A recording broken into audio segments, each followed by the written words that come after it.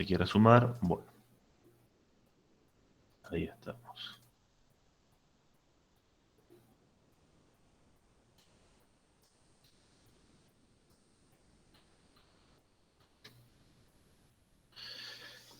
Cuando hablamos del sector público o del rol del Estado, ¿sí?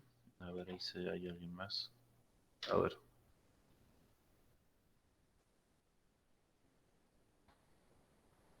No me había sonado como si tuviéramos algún chico pendiente. Cuando hablamos del Estado, ustedes recuerden siempre un temita que me dijeron los profesores en práctica que han estado medio flojos en el parcial, es el tema de circuito económico, ¿sí? Nosotros ahí, ¿qué definíamos? O trabajamos con 5 agentes económicos en el modelo simplificado de economía que tenemos nosotros siempre. ¿Cuáles eran?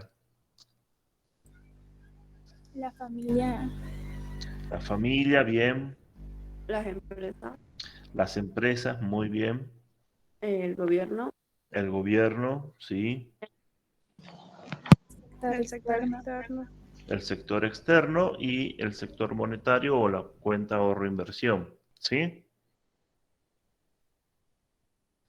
Esos eran los 5 agentes que teníamos. Esos eran familias, empresas, como circuito cerrado simple, después se sumaba el Estado, después se sumaba el sector externo y después se sumaba el sector monetario.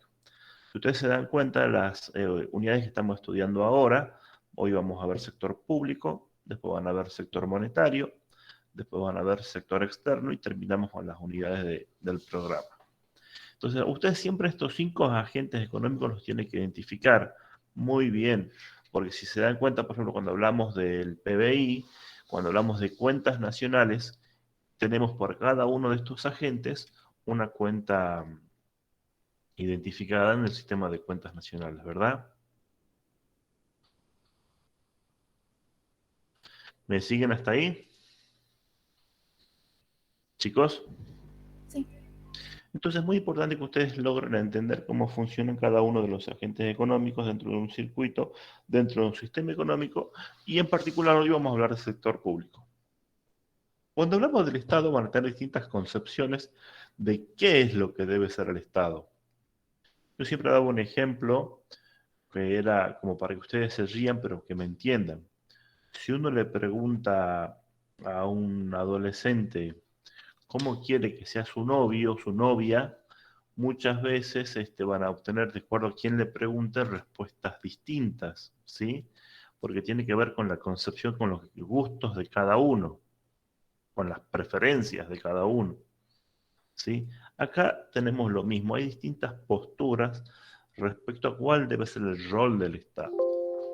Hay una concepción clásica donde dice que el Estado tiene que ser lo más chico posible, y que se limita a ser un Estado que se llama Estado gendarme, que es un Estado que controla meramente la legalidad para que el sector público trabaje y se desarrolle. ¿Sí? Un Estado lo más chico posible. Esta versión, que se llama versión clásica, entra en crisis con la crisis del 30 que sufre Estados Unidos y que tiene repercusiones a nivel global. Entonces, Keynes, que era un economista, lo que postula es que si bien eh, el Estado debería no intervenir en la economía ante situaciones de crisis, interviene para poder buscar el equilibrio de forma más rápida. ¿Sí? Y ahí tenemos la política keynesiana, que es intervención del Estado, sobre todo incrementando fuertemente el gasto público, que tenía como objetivo salir de la crisis del 30. ¿Sí? Luego tenemos una postura un poquito más moderna, que es una postura estructuralista, donde te dice que el Estado tiene que tener como funciones ser un Estado benefactor, buscar el bienestar social de su población y promover el desarrollo de políticas que hagan bien a la sociedad en su conjunto. Buscar la redistribución del ingreso, puede tener políticas, por ejemplo, de construcción de viviendas sociales, económicas y demás. Como suele suceder en la vida, de acuerdo a su postura doctrinaria, yo no espero que la tengan ahora, sí espero que la vayan formando a lo largo de la carrera y aún más cuando tengan ejercicio profesional, uno va a tener una mirada eh, que es completamente respetable, la mirada que cada uno pueda tener y las preferencias que cada uno pueda tener. ¿sí? Lo que nosotros siempre pedimos es que se justifiquen las posturas. ¿Y qué es lo que le van a pedir en la mayoría de las cátedras? Sí, entonces, no entremos en la discusión de que si el Estado debe tener tal o cual tamaño, sino entremos a la, al análisis de por qué existe el Estado, y esta sí es una postura de la cátedra que no existe economía sin Estado, como en algunas veces uno escucha estos días por la radio, ¿sí? El Estado es una unidad económica, un agente económico necesario en cualquier economía moderna, ¿sí? Es más, desde antes también. Eh, ¿Por qué? Le voy a dar un ejemplo muy sencillo. Hay algo que nosotros llamamos bienes públicos, ¿sí? Estos bienes se caracterizan por dos cosas: ausencia de rivalidad y ausencia de exclusión. ¿Qué significa la ausencia de rivalidad? Significa que si una persona consume este bien, no afecta la cantidad disponible para otra persona. Supongamos, si yo utilizo el servicio de justicia para hacer un juicio a una persona que me defraudó, no implica que un amigo mío no pueda ir a la justicia y hacer otro juicio, ¿sí? Tenemos un consumo no rival. Y el otro es la ausencia de exclusión. No es posible excluir a aquellos que no estén dispuestos a pagar el bien o el servicio, ¿sí? Supongamos que yo no quiero utilizar la educación pública, prefiero que mis hijos vayan a una escuela privada. Aún así, las escuelas públicas van a seguir funcionando y el día que yo lo necesite, supongamos que a mi hijo lo expulsan porque se porta mal, puedo optar por una escuela pública, ¿sí? Entonces tengo estos dos principios, de ausencia de rivalidad y de ausencia de exclusión. ¿Qué implica esto? Cuando hablamos de bienes públicos, para tener un ejemplo sencillo, tomemos una plaza. ¿Alguien les puede decir a ustedes no usen la plaza?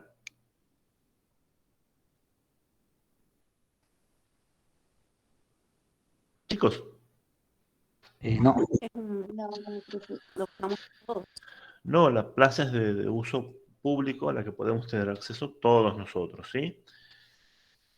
Sí puede pasar, supongamos que en un día de calor estén todos los bancos a la sombra ocupado, ahí voy a tener un principio de consumo rival y voy a tener que sentarme en un banco que esté al sol y cosas por el estilo, pero el bien público va a estar disponible para todos los habitantes de un territorio. Es más, si ustedes inclusive van de vacaciones a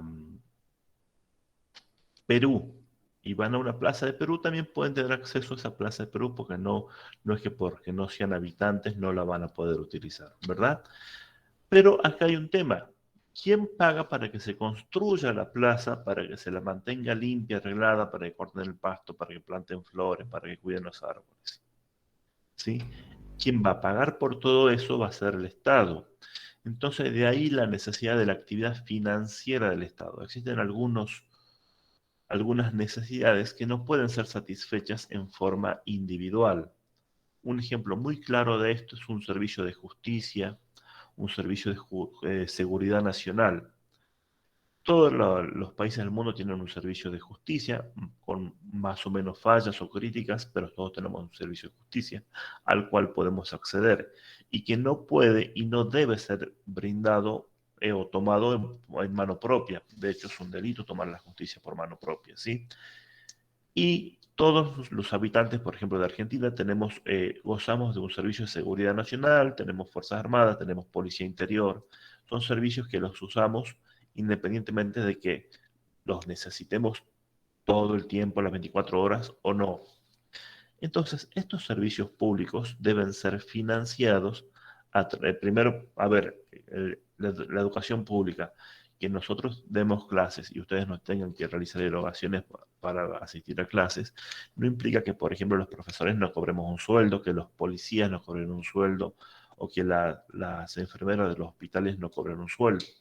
Cualquier trabajador cobra un sueldo y ese sueldo se va a financiar con los recursos a que tiene acceso el Estado. Entonces tenemos la actividad financiera del Estado que va a vincular por un lado los recursos y por otro lado las erogaciones necesarias para satisfacer las necesidades colectivas que aspiran al bien común de toda la sociedad. ¿Se entiende? Porque hay algunos bienes, y esto tienen que tenerlo presente, algunos bienes y o servicios que no pueden ser satisfechos en forma individual. Por ejemplo, si nosotros tendríamos que hacer en forma individual un puente, como el puente Lavalle en Jujuy, no lo puedo hacer en forma individual. Tiene que ser una suma de voluntades para construir un puente del cual después todos vamos a usar y vamos a poder utilizarlo, inclusive por más de una generación. ¿Se entiende? Sí. De ahí la razón de ser del Estado, ¿sí? Entonces, no hay, históricamente, inclusive aún en las comunidades, cuando el hombre empieza a organizarse en forma social y surgen desde las pequeñas tribus, luego las monarquías, en un principio se identificaba al Estado con el monarca, luego a través de la evolución de los sistemas políticos, con la Revolución Francesa en el medio y demás, las monarquías se fueron atenuando, tenemos lugares donde directamente cayeron y algunos países de Europa donde se mantienen algunas monarquías, pero en forma meramente simbólica, sin tener ningún poder de gestión práctica de la hacienda pública o del Estado. ¿Sí? Vamos a ver, nosotros tenemos, a ver si hablamos de bienes públicos, tenemos que tener en cuenta estos dos conceptos, si son rivales y si son excluibles. Si no son ni rivales ni excluibles, vamos a tener un bien público puro. Si son rivales y excluibles, vamos a tener un bien privado puro. Por ejemplo, un helado. Si yo tomo un helado, es excluible porque nadie más se va a tomar ese helado. Supongamos si yo voy a la feria y me compro una docena de empanadas, vos podés llegar y después comprar empanadas, ¿sí? Pero si yo me compré la última docena de empanadas de queso, el que viene después puede comprar de carne o de pollo, ya no tiene otro, entonces hay rivalidad ahí, y hay exclusión ahí, ¿sí? ¿Se entiende? Después tenemos algunos que son como monopolios naturales. El ejemplo que ustedes van a tener, por ejemplo, la televisión por cable, puede ser un monopolio, el servicio de agua potable es un monopolio natural, porque es antieconómico tener dos tendidos de agua potable, más que de televisión por cable. En Jujuy hay dos, pero agua potable sería impensable que haya dos empresas que brinden el servicio de agua potable, por ejemplo. Y después tenemos recursos comunes, que sí son rivales, pero no son excluibles, como por ejemplo la pesca en el mar, siempre que uno cumpla con todas las medidas normativas correspondientes, que se inscriba en todos los registros necesarios, tengo derecho a hacer pesca en alta mar, ¿sí? Y eso no significa que no haya rivalidad, si hay rivalidad, porque quien encuentra el lugar donde hay mayor cantidad de peces posiblemente tenga mejor pesca que la otra empresa, más allá de que el barco sea el mismo y cuente con la misma cantidad de personas. Ahí hablamos de recursos comunes porque no son excluibles, pero sí son rivales. ¿Se entiende? Igual este cuadrito todo lo vamos a colgar en la página. Lo más importante acá es que entendamos el concepto de los dos grandes polos opuestos, los bienes privados en contraposición con los bienes públicos. Los bienes y servicios privados, nosotros los vamos a poder adquirir en un mercado a través del libre juego de la oferta y la demanda, ¿sí? Pero los bienes públicos yo no voy a poder recurrir al mercado para adquirirlo porque no tengo un precio por usar una plaza, cuál es el costo de utilizar una plaza, ¿verdad? Entonces ahí tenemos que tener la esencia de la justificación de por qué existe el Estado, más allá de que podemos discutir de acuerdo a su tamaño y a las funciones que debe asumir o no, pueden ser más amplias o menos abarcativas, que el Estado va a buscar el bien común a través de satisfacer aquellas necesidades que no pueden ser satisfechas en forma individual. También vamos a tener acá el concepto de externalidades, ¿sí? ¿Qué son las externalidades? Es cuando me pasa algo ajeno a mi voluntad que me puede afectar o positivo o negativamente, ¿sí? Les doy un ejemplo. ¿Alguno de ustedes vive por Alberdi, donde se construyó el nuevo Ministerio de Educación de la provincia? ¿Lo conocen? ¿Han visto el edificio? ¿Nadie? Profe, ¿no es el Sí. barrio Malvina? Bueno, para mí es Malvina, pongamos. Sí, yo vivo acá en San Pedrito y en Malvina. Bueno, Vos fíjate que ahora en la pandemia inclusive no se nota tanto, pero cuando se hace una repartición pública de ese tamaño, hay un montón de comercios que florecen a la vuelta, alguien que por ahí saca fotocopias, alguien que por ahí vende comidas, ¿no ha pasado? Ustedes Sí, profe, la lo van a verdad que ver sí. también, por ejemplo, a la vuelta de los colegios, a la vuelta de los hospitales, siempre surge algún tipo de comercio más o menos formal o informal, ¿sí? Entonces, si yo tengo una casa, y estaba desempleado y me ponen alguna empresa grande o alguna repartición pública grande al frente, es una externalidad positiva porque me permite a mí por ahí, poner un comercio y tener un mercado que antes no hubiera tenido, o de repente alquilar la casa y cobrar más de alquiler que antes no hubiera podido, ¿sí? Ahora, ¿qué pasa, por ejemplo, si al lado de mi casa, en vez de poner una repartición pública, ponen un boliche o alquilan la casa para hacer fiestas clandestinas y yo toda la noche no puedo dormir? ¿A alguien le ha pasado?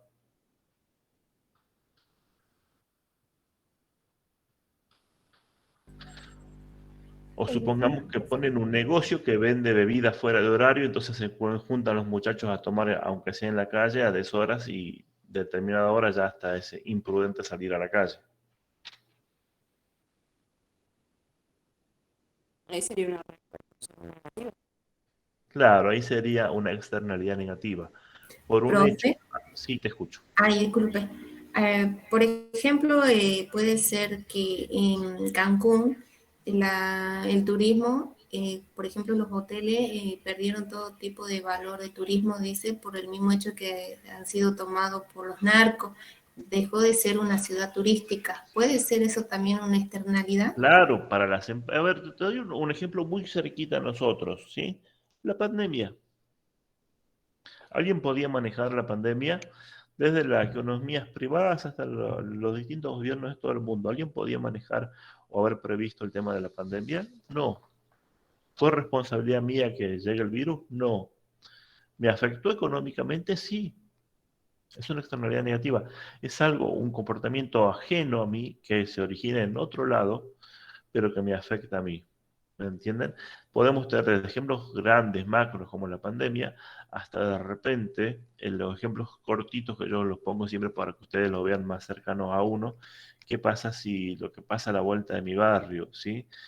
Sí, tómenlo como el ejemplo más sencillo que se me puede ocurrir. Supónganse que la casa de al lado de su casa se alquila y la alquila a alguien con quien ustedes se llevan bien o la alquila a alguien con quien ustedes se llevan mal, ¿sí?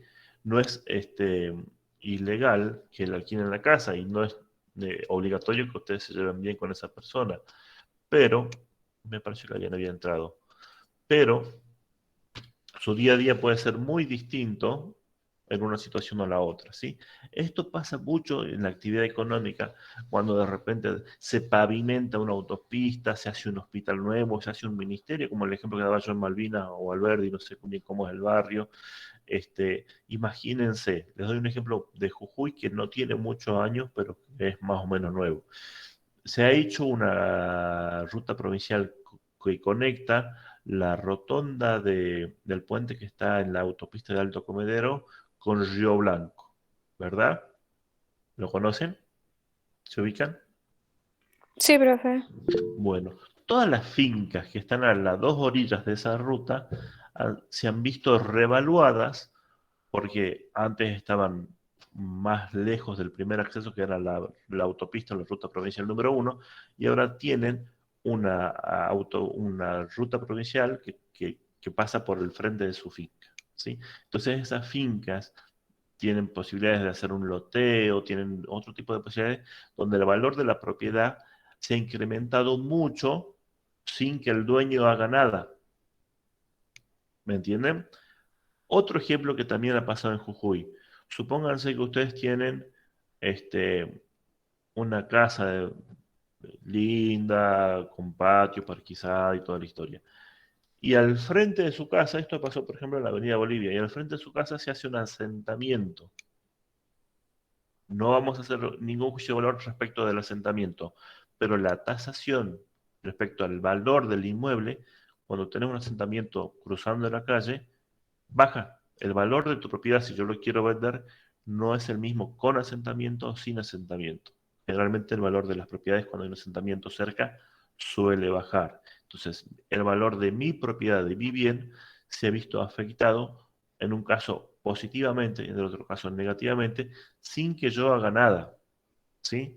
Y una de las cosas que por ahí el Estado debe ver es tratar de generar este tipo de externalidades positivas y de atenuar o reglamentar las externalidades negativas para evitar, por ejemplo, efectos de contaminación, efectos de situaciones que vayan en contra de la normativa o las leyes. ¿Sí? Otras funciones del Estado van a ser buscar la estabilización de la economía, la redistribución de la renta, y la promoción del desarrollo, ¿sí? Supuestamente dice que el mercado de por sí no puede resolver todos los desequilibrios regionales y espaciales. Y los empresarios van a invertir siempre en aquellas zonas donde tengan mayores incentivos para imprimir. Entonces, por ejemplo, algunas políticas estatales pueden ser de exenciones impositivas para determinadas provincias o para determinadas regiones dentro de la provincia, buscando que se distribuya mejor la localización de algunas industrias en el territorio, etcétera, etcétera. ¿Sí? Buscando siempre, como les digo, el bien común. Esto no es ni para beneficiar a ninguna persona en particular, sino a la suma de todos los ciudadanos en general. ¿Cuáles son las fallas o críticas que se le hacen al Estado? Bueno, generalmente los empleados públicos no tienen una eh, digamos, no tienen la fama de ser empleados demasiado eficientes, crítica que yo cuestiono. Dicen que el funcionamiento de las empresas públicas es lerdos y que muchas veces se generan beneficios extraordinarios para estas empresas que están subsidiadas y sobreprotegidas, como por ejemplo puede ser Aerolíneas Argentinas, o como en su momento fue el tema de ferrocarriles, que con estos argumentos se cerró. En este caso yo le voy a hacer una salvedad. Hay muchísimos empleados públicos que trabajan y muy bien. Yo actualmente no trabajo en el Estado, pero trabajé la mayor parte de mi ejercicio profesional en el Estado y conozco gente que trabaja muy bien y conozco gente que no trabaja tan bien. Pero esto también pasa en la actividad privada. Entonces, cuando hablemos de los empleos públicos, tengan en cuenta que mucha gente trabaja muy bien en el Estado y por culpa de algunos pocos, digamos que pagan justo por pecadores. ¿Sí? ¿Y cuál es la actividad financiera del Estado que va a estar vinculada con la política financiera del Estado? Va a ser este doble juego de ingreso-gasto llevado a cabo por el Estado. Ingreso va a ser la obtención de recursos con los cuales yo voy a financiar los gastos del Estado y los gastos van a ser aquellos gastos públicos que yo voy a efectuar para cumplir con los objetivos del Estado. Entonces, tanto en la política de ingreso como en la política de gasto, yo puedo tener algún perfil, de acuerdo, ya vamos a ver las clasificaciones de ingresos y gastos, que van a dar si la actividad financiera del Estado, que no es otra cosa que una mirada cuantificada de la actividad política del Estado, coincide o no con estas valoraciones que yo le decía que son personales y que cada uno debe hacer respecto a qué tipo de Estado prefiere para sí mismo. ¿Sí? El sector público nacional va a estar fijado por el sector público nacional no financiero y el sector público nacional financiero. Dentro del no financiero tenemos la Administración Nacional y las empresas del Estado. Y dentro del financiero tenemos las instituciones financieras públicas. ¿Sí? Y de ahí tenemos las públicas, las bancarias y no bancarias, tenemos las privadas y las públicas. Las privadas no son Hacienda Pública Nacional, pero sí son entes anexos porque se encuentran dentro del ámbito de control del Estado Nacional. Cuando hablamos del Estado, ustedes tienen que reconocer o recordar que el Estado, ¿cómo es la forma de gobierno que adopta la Argentina en la Constitución para su gobierno? Dice, la República Argentina toma la forma de república, representativa y federal. República, hablamos a la división de poderes. División de poderes habla de poder legislativo, ejecutivo, judicial. Representativa, que el pueblo no gobierna sino a través de sus representantes, y federal tiene que ver que existen distintos niveles de gobierno, el sector público nacional, las provincias y los municipios, siendo las provincias preexistentes al Estado nacional. ¿Hasta acá me siguen? Sí, profe. Sí, profe. Muy bien. Sí, profe. Si hay dudas o algo, me paran, ¿sí? Cuando hablamos de los recursos públicos son aquellos fondos con los que el Estado va a contar para poder financiar las erogaciones que necesita realizar para buscar el bien común. Y por eso siempre vamos a hablar de los recursos para luego hablar de los gastos. Yo no puedo realizar gastos si no cuento con los recursos necesarios para financiar los mismos, ¿sí? Los recursos yo voy a tener que distinguir entre... Acá hay una filmina que no está... Dame un segundo. Acá está. Entre impuestos, tasas y contribuciones, primeramente, el impuesto no necesita que haya una contraprestación efectiva del Estado. Fija un impuesto y el Estado tiene la prerrogativa de fijar ese impuesto. Distinto de las tasas y las contribuciones, donde debe existir algún tipo de contraprestación. Un ejemplo de tasa puede ser la tasa de alumbrado, barrido y limpieza, que cobran por la limpieza diaria de la calle y el alumbrado nocturno. Y en la contribución existe una contraprestación efectiva, por ejemplo, cuando yo cobro una contribución porque voy a pavimentar la calle o la cuadra, se les cobra a los vecinos de esa cuadra una contribución que permita ayudar a financiar el pavimento. ¿Y por qué se hace esto? Volvemos a las externalidades. Si una casa se encuentra, un inmueble se encuentra ubicado sobre una calle que se encuentra pavimentada, la evaluación de ese inmueble es mayor a que si no se encuentra pavimentada. Como pavimento podemos hablar de todos los servicios, agua potable, gas natural, podemos ver si tiene cloacas, ¿sí? Todos estos servicios incrementan el valor de un inmueble. Entonces es razonable que si yo voy a pavimentar, supongamos en este caso, la cuadra del vecino, le pida a los vecinos de la cuadra que me contribuyan, por eso la palabra contribución, que me colaboren a financiar la obra, porque su inmueble, su patrimonio, se va a incrementar como resultado de la obra pública. Ahora bien, es una contribución que ayuda, no van a financiar enteramente la obra, sino que el Estado va a tomar esa contribución para un porcentaje de la ejecución de la obra. ¿Se entiende? Sí. Sí, profe. Perfecto. Volvamos un poquito más acá. Cuando hablamos de impuestos, los impuestos pueden ser proporcional, pueden ser progresivo y pueden ser regresivo. Proporcional es un porcentaje, siempre el mismo porcentaje, ¿sí? Progresivo, cuando yo tengo mayor base imponible, aumenta el monto del impuesto. Por ejemplo, el impuesto a las ganancias es progresivo. Cuando yo genero más ganancia, pago mayor alícuota de impuesto. Y regresivo es al revés, digamos. Cuando se incrementa la base imponible, disminuye el impuesto. ¿Sí? Por lo general se buscan que los impuestos sean progresivos y esto me permite generar la redistribución del ingreso. También hay muchos cuestionamientos y ustedes si navegan un poquito van a ver autores que están en contra de que los impuestos sean progresivos o regresivos y proponen que todos sean proporcional para que todos paguemos proporcionalmente lo mismo. Pero aquí hay que hacer una salvedad.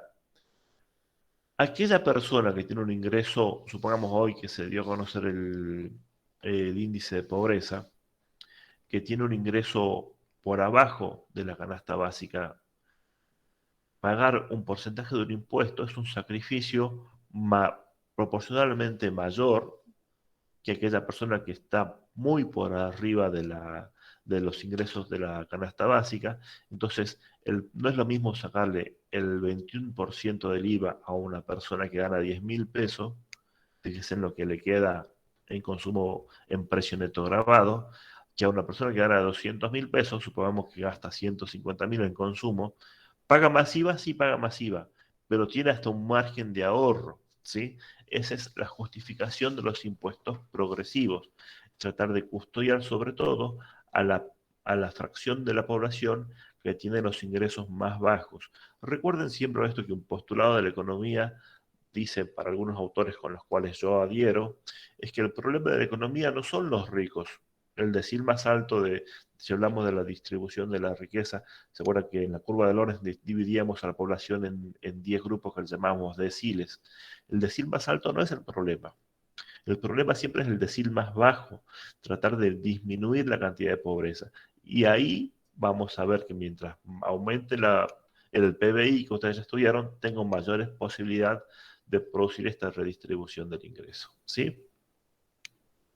Después puedo tener impuestos directos e impuestos indirectos. Los impuestos directos van a ser pagados directamente por las personas o por el sujeto pasivo. Supongamos el impuesto a las ganancias en la nación o el impuesto inmobiliario en la provincia. Los impuestos indirectos gravan el consumo, por lo general, como el IVA, ¿sí? Pero estos, si bien el IVA, ustedes ya han visto en contabilidad, lo paga siempre el consumidor final, quien ingresa el IVA a las arcas del Estado va a ser una empresa. Y por eso, como la empresa es la que lo va a ingresar, pero el consumidor es el que lo va a pagar, es que se llaman impuestos indirectos, porque son pagados por el consumidor final, pero son recaudados a través de la empresa en una forma indirecta. ¿Sí? Entonces, impuestos directos cuando directamente lo paga las personas, impuestos indirectos cuando son recaudados con la ayuda de las empresas. Tengo, desde un punto de vista jurídico, los recursos pueden ser originarios o derivados. Originarios cuando el Estado no ejerce su poder coercitivo, su poder de imperio, y derivados cuando estos ingresos son una consecuencia del poder de imperio, del poder. Hay un poder que detenta el Estado que ningún otro agente económico lo tiene, ningún otro agente jurídico lo tiene, que es el poder de imponer impuestos, ¿sí? Este poder de imposición va a generar los recursos derivados. ¿Por qué derivados? Porque derivan de este poder de imperio, ¿sí? Y después vamos a tener que estudiar juntamente con los impuestos algo que se llama la curva de Laffer. ¿Qué nos dice esta curva? Que tenemos una tasa impositiva del 0 al 100%. Conforme yo a un impuesto le vaya aumentando la tasa, la alícuota, la recaudación va a ir creciendo, pero fíjense que va creciendo menos que proporcionalmente. Y si yo sigo aumentando la alícuota, la recaudación va a llegar a un punto donde en vez de crecer va a decaer. ¿Y por qué es esto? Bueno, al haber alícuotas tan elevadas, la tentación de evadir va a ser más grande, y si yo pago estas alícuotas elevadas, voy a tener algún efecto confiscatorio sobre mi patrimonio, entonces la actividad económica se va a ver reducida, y si se reduce la actividad económica, se reduce la recaudación, ¿sí? Entonces es muy importante ver nosotros en qué parte de la curva de nosotros dentro del mundo somos una de las economías que cobran mayor eh, presión impositiva sobre el sector privado, lamentablemente. Los recursos por su carácter económico. Podemos tener incluso recursos corrientes, recursos de capital o fuentes financieras. Los ingresos corrientes, ¿en qué se van a diferenciar? Es que no afectan el patrimonio o el capital del Estado, ¿sí? Supongamos un recurso tributario, no hay contraprestación, no afecta el patrimonio del Estado. Cuando yo tengo un recurso de capital, se va a ver disminuido el patrimonio del Estado porque me voy a descapitalizar. Para que sea un recurso de capital, yo voy a tener que tener una venta de activos, de venta de títulos y acciones. Para que tengan un ejemplo, cuando el Estado realiza venta de tierras fiscales, cuando el Estado realiza la privatización de empresas públicas, tiene un ingreso, es verdad, es un ingreso de capital, pero me estoy descapitalizando porque tengo venta de activos, ¿sí? Y sumado a esto voy a tener las fuentes financieras que tienen que ver esencialmente con el endeudamiento. Sintetizando todo, tengo ingresos públicos, pueden tener corrientes y no corrientes o de capital. Dentro de los corrientes voy a tener tributarios y no tributarios. Dentro de los tributarios voy a tener impuestos que pueden ser directos o indirectos, y dentro de los no tributarios voy a tener tasas y contribuciones. Dentro del no corriente o de capital tengo la venta de activos y el endeudamiento público, que lo teníamos nosotros como fuente financiera, que tiene que ver sobre todo con las fuentes financieras. ¿Sí? Cuando yo hago uso del crédito, cuando tomo préstamos o cuando emito títulos, me estoy endeudando. Me genera un recurso, por ese recurso va atado a la obligación de, en ejercicios siguientes, realizar una erogación. Una erogación en dos sentidos. Primero tengo que pagar el interés, porque cualquier préstamo tiene intereses, y luego voy a tener que amortizar el capital que me han prestado. Entonces tengo por un lado un gasto corriente que van a ser los intereses y por otro lado un gasto de capital que van a ser aplicaciones financieras que va a ser pago de la deuda pública, que ya lo vamos a ver enseguida. ¿Alguna duda con recursos antes que sigamos con gastos, chicos?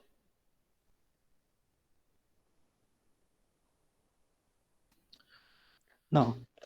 Bueno, todo esto desde ya les voy anticipando, lo vamos a volver a ver en la materia. Ustedes son en licenciatura, ¿verdad?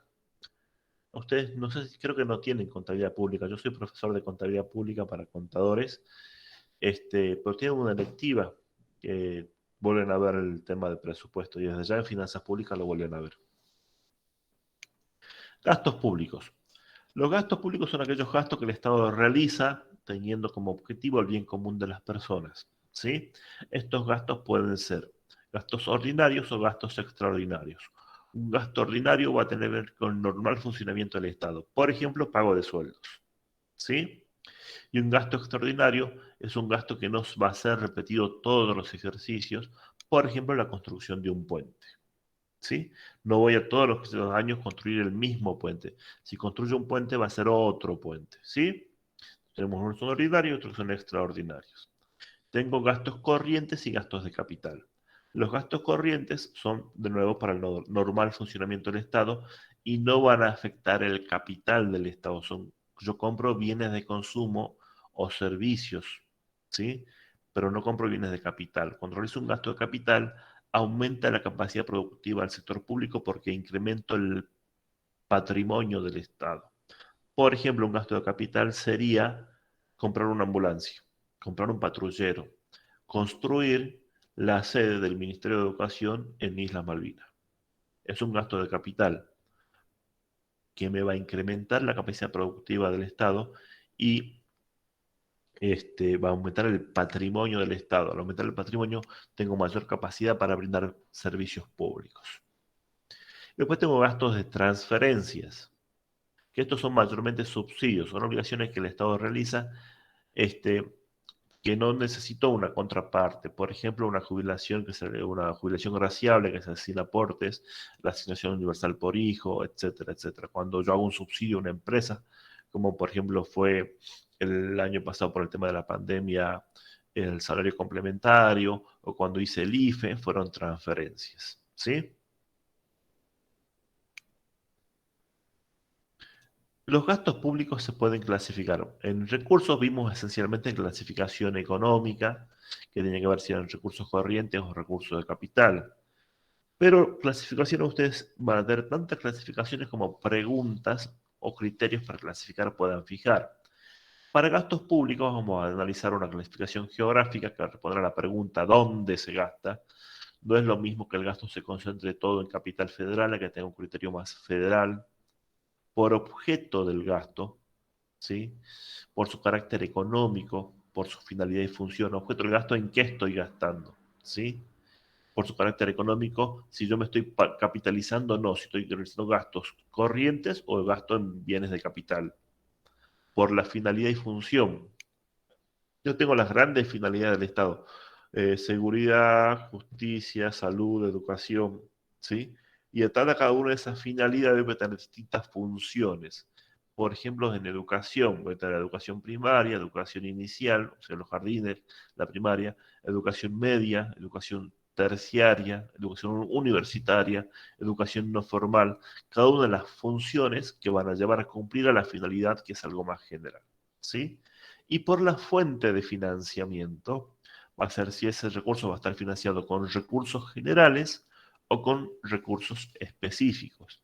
Algunas veces se fijan algunos impuestos para un hecho concreto y particular, para financiar determinada situación concreta y particular. El ejemplo más reciente que tenemos nosotros de un gasto de un gasto para el que se previó un recurso específico, por ejemplo, es el impuesto a la riqueza del año pasado. Otro ejemplo es cuando se les pone algún impuesto, supongamos, a los cigarrillos. Por cada paquete de cigarrillos que se vende se paga un tributo. Ese tributo va a formar parte del Fondo Especial del Tabaco y eso viene de nuevo a los productores. Lo tomo como ejemplo porque en la provincia tenemos producción de tabaco. Entonces los tabacaleros recuperan una parte del precio de venta que se le cobra a los consumidores de tabacos en la Argentina. ¿Sí? De fuente de financiamiento podemos ver rentas generales con el conglomerado de recursos del Estado o rentas específicas, que es con un impuesto específico determinado que se va a destinar a un gasto específico y determinado. Sabiendo lo que son los recursos y las erogaciones, ya podemos avanzar a lo que es el presupuesto. Y el presupuesto fue llamado ley de leyes. ¿Por qué? Tomemos las palabras de Juan Bautista Alberdi, y dice que no hay parámetro más exacto para medir el grado de sensatez y civilización de cada país que su ley de presupuesto. La ley de gastos, si habla de la verdad, nos dice a punto fijo si el país se halla en manos de explotadores o está regido por hombres de honor.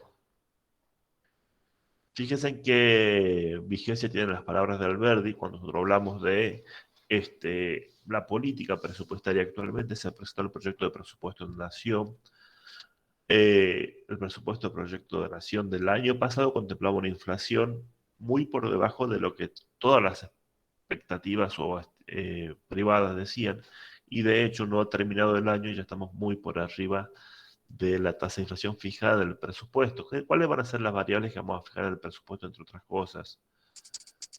Ya se las muestro. Van a ser el tipo de cambio, o sea, el precio del dólar, la variación anual del PBI, o sea, el crecimiento del PBI, y la variación anual del índice de precios al consumidor, o lo que sea, en otras palabras, inflación. ¿Sí? Son tres grandes parámetros macroeconómicos que van a estar fijados en el proyecto de presupuesto.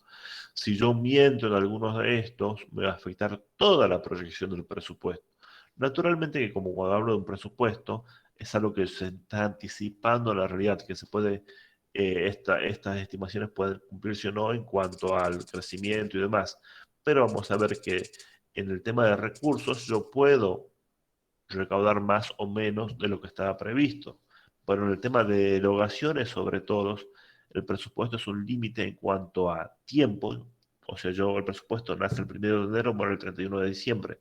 Yo no puedo gastar una partida presupuestaria luego de que finalizó el ejercicio al cual se refiere. Concepto, el presupuesto, vimos en gasto que tenemos gasto corriente, gasto de capital.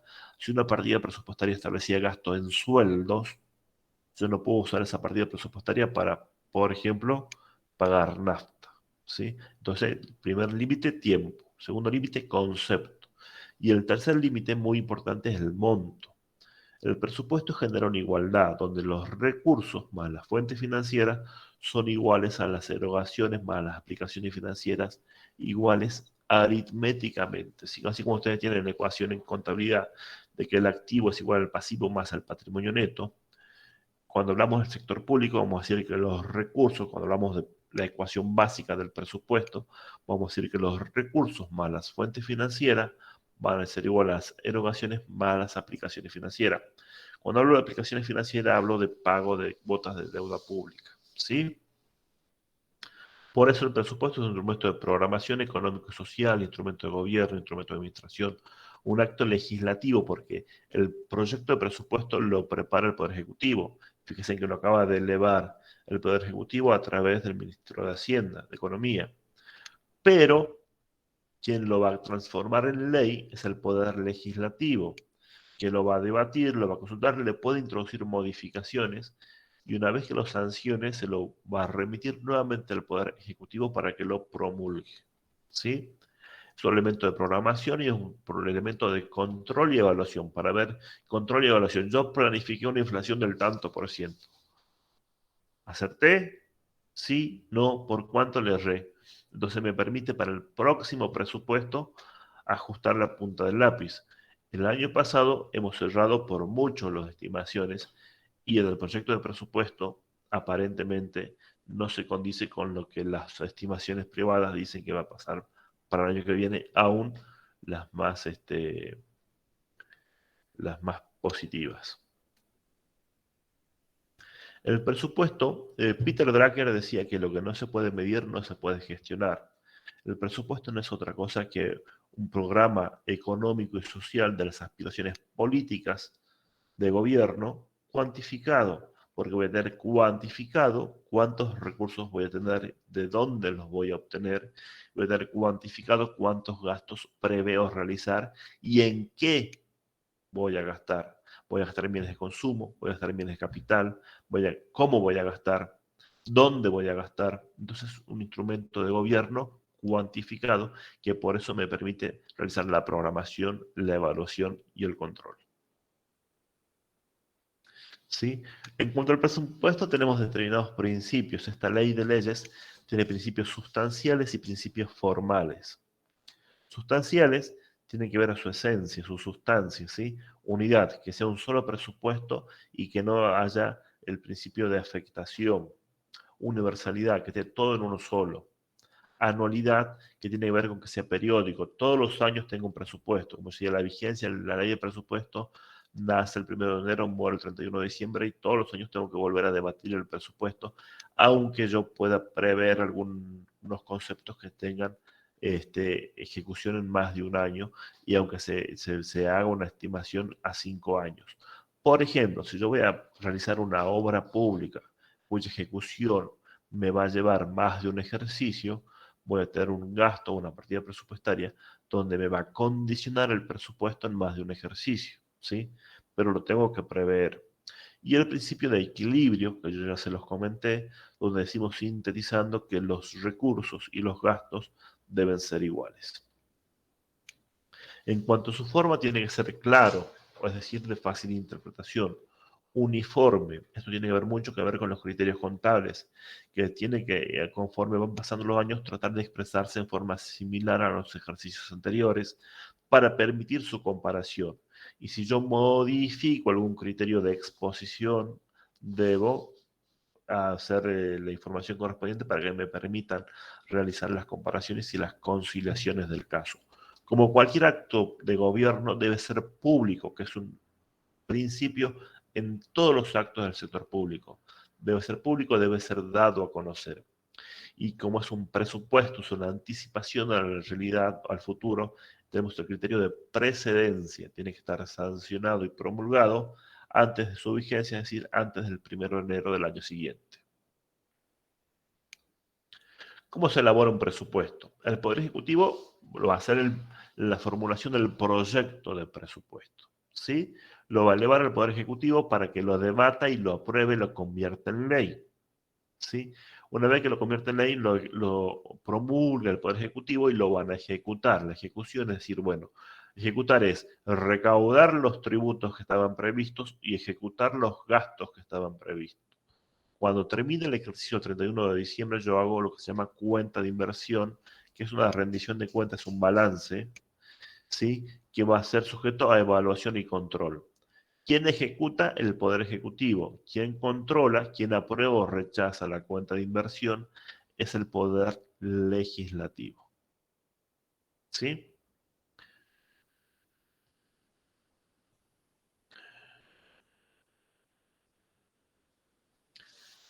Esto ha sido, a grosso modo y a vuelo de pájaro, la mirada que ustedes deben tener del sector público. Como bibliografía, yo siempre recomiendo Ferrucci, que es un libro que trata muy bien este tema. No sé si quieren que abordemos, trato de no dar demasiado detalle, porque yo doy la materia que esencialmente estudia el presupuesto, entonces si quieren que hablemos más, tenemos para hablar un semestre, pero no quiero marearlos con conceptos que lo van a estudiar más adelante.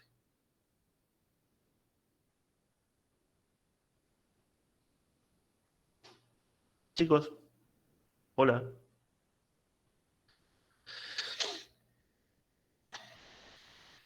¿Hay alguien? Sí, profe. Sí, profe. ¿Alguna duda? ¿Quieren que hablemos de algo más? ¿Quieren que profundicemos en alguna temita? ¿Alguien leyó algo antes de venir a clase que fue lo que yo les recomendé el primer día? El material está en la clase. Si bueno, lean, chicos, si ustedes vienen a la clase, y se los voy a decir siempre, esta materia ya está terminando, pero les sirve para toda la carrera.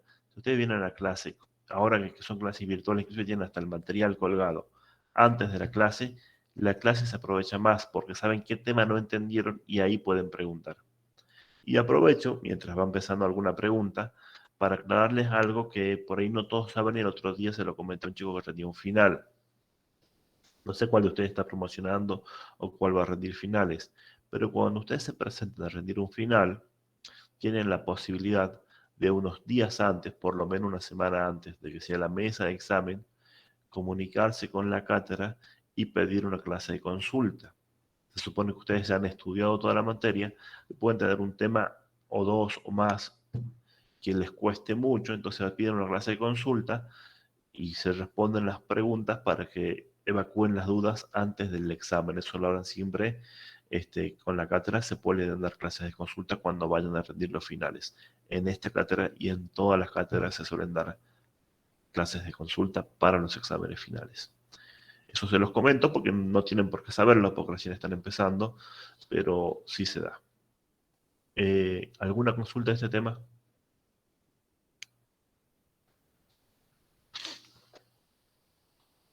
¿Alguna inquietud, curiosidad?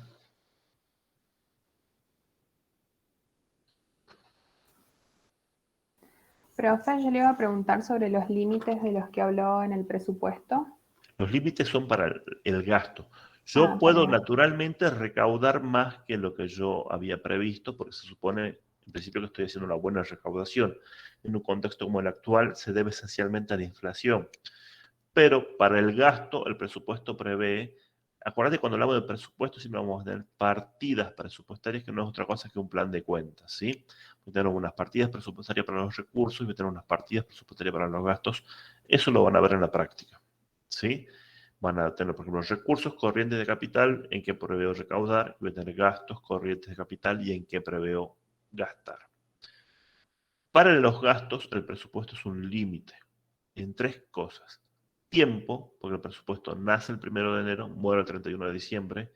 Concepto, porque prevé una partida, un concepto, por ejemplo, gasto en personal, tantos millones. Gasto en bienes de consumo, tantos millones. Gasto en bienes de capital, tantos millones. Entonces, a su vez de que es tiempo, concepto, no es lo mismo gastar en pagar sueldo que gastar en comprar una ambulancia, tiempo, concepto y monto. Yo no puedo gastar por arriba de lo que el presupuesto prevé. La única forma que me habiliten a que yo gaste más es cuando genero un refuerzo presupuestario. Y para eso tengo que hacer dos cosas. O sacarle a otra partida en una economía estable. Si yo no estoy realizando gasto en una partida, puedo hacer una transferencia presupuestaria y reforzar una partida que lo necesite. Esto, por ejemplo, se realizó el año pasado, cuando en virtud de la pandemia habían gastos que no se podían efectuar, pero había necesidades que no estaban previstas que sí se iban a efectuar. Se hacían transferencias presupuestarias justificándolas que me permiten incrementar el gasto en las necesidades reales que me demanda el contexto. Y la otra, esa es una modificación cualitativa. No modifica el total de presupuesto, sino su contenido interno. Después puedo tener una modificación cuantitativa, que modifica el total del presupuesto. Prevé un gasto nuevo y prevé cómo voy a financiar ese gasto nuevo. Por ejemplo, el impuesto a la riqueza. ¿Sí? Sí, quedó claro. Muy bien. ¿Alguien más? Recuerden siempre, Estado, desde que el hombre vive en sociedad y somos seres sociales, ha existido la figura del Estado. En un principio se identificaba el Estado con la figura del rey o el monarca, luego hemos evolucionado. Recuerden siempre cuál es la forma de gobierno de Argentina. Muchas veces les preguntamos y no saben que tenemos poder ejecutivo, legislativo y judicial, que tenemos naciones, provincias y municipios. ¿Sí? Entonces, recuerden eso esencial que es cómo está conformado el Estado. ¿sí? Recuerden que el presupuesto tiene tres miradas. Una mirada económica, una mirada política y una mirada social, ¿sí? ¿Por qué social? Porque voy a ver qué recursos voy a traer del sector público y en dónde lo voy a volcar, ¿sí? ¿Por qué política? Porque va a ser una valoración que la administración de turno va a ser de las aspiraciones de la sociedad. La gestión de turno es la que dice, bueno, yo estimo que la sociedad quiere que gastemos en esto. Y entonces gasto en esto. Si le erré, bueno, la próxima elección es mira mal. Si acerté, la próxima elección es mira bien. ¿Sí? Y económica, porque bueno, estamos analizando un agente económico donde tenemos que ver de qué manera va a intervenir en la oferta y la demanda agregada. ¿Sí? Entonces, es un instrumento de planificación, donde voy a cuantificar estas aspiraciones del sector público, donde voy a mostrar a la sociedad estas aspiraciones cuantificadas. Tengo los principios presupuestarios. Esencialmente, el presupuesto debe estar equilibrado, ¿sí? Y recuerden que la razón de ser del Estado es buscar el bien común de los habitantes asentados en el territorio de un Estado. Este Estado puede tener un tamaño más grande o más pequeño de acuerdo a la posición que ustedes adhieran, pero no hay economía que no necesite de un Estado para brindar y satisfacer estos bienes públicos que no pueden ser provistos en forma individual. Un servicio de seguridad, un servicio de justicia nacional, nunca podría ser brindado por el sector privado, ¿sí? Entonces ahí nace el Estado cuando va a satisfacer aquellas necesidades que las personas en forma individual no pueden satisfacer, se juntan voluntades, ponen recursos para ello, recursos que hoy tienen la forma de tributos, y logran brindar bienes y servicios públicos que satisfacen las demandas y los requerimientos actuales de la sociedad. ¿Sí?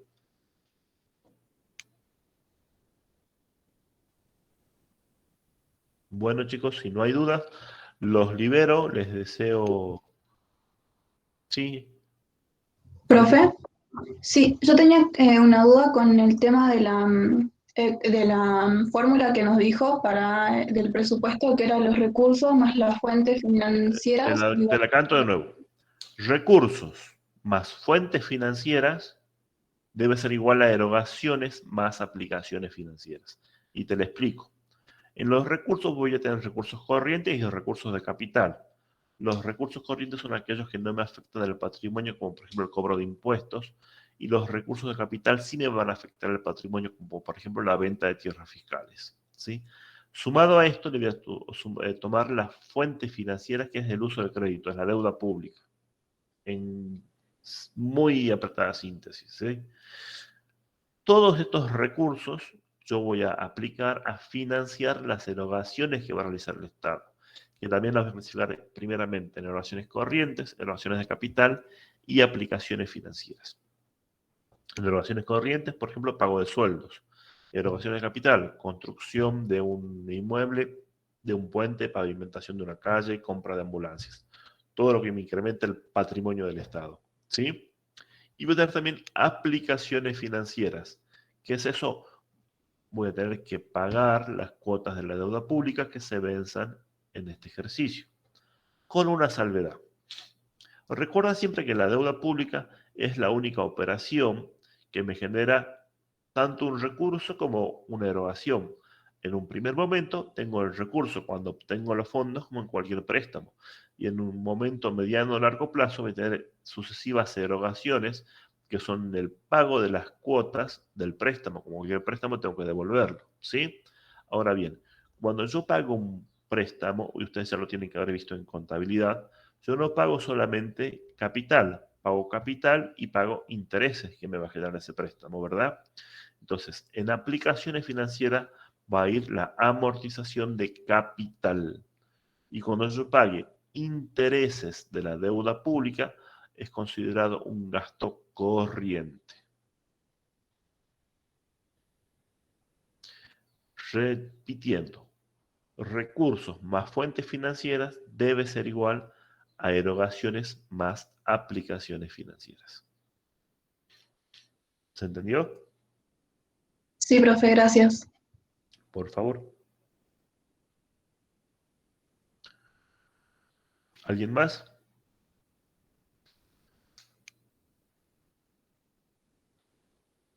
Bueno, chicos, yo creo que no nos vemos de nuevo en teoría, pero bueno, cualquier consulta, cualquier duda, yo suelo mandar los mensajes de la cátedra, o sea que todos tienen mi usuario para que me hagan consultas, y bueno, queda pendiente ver el pedido de cambio de la fecha de parcial, que es la única consulta que me hicieron hoy. Lo hablo en cátedra y cualquier cosa les aviso por ese medio, ¿sí? Tengan ustedes un muy buen fin de año. Ojalá que todos aprueben. Sí, subo el power.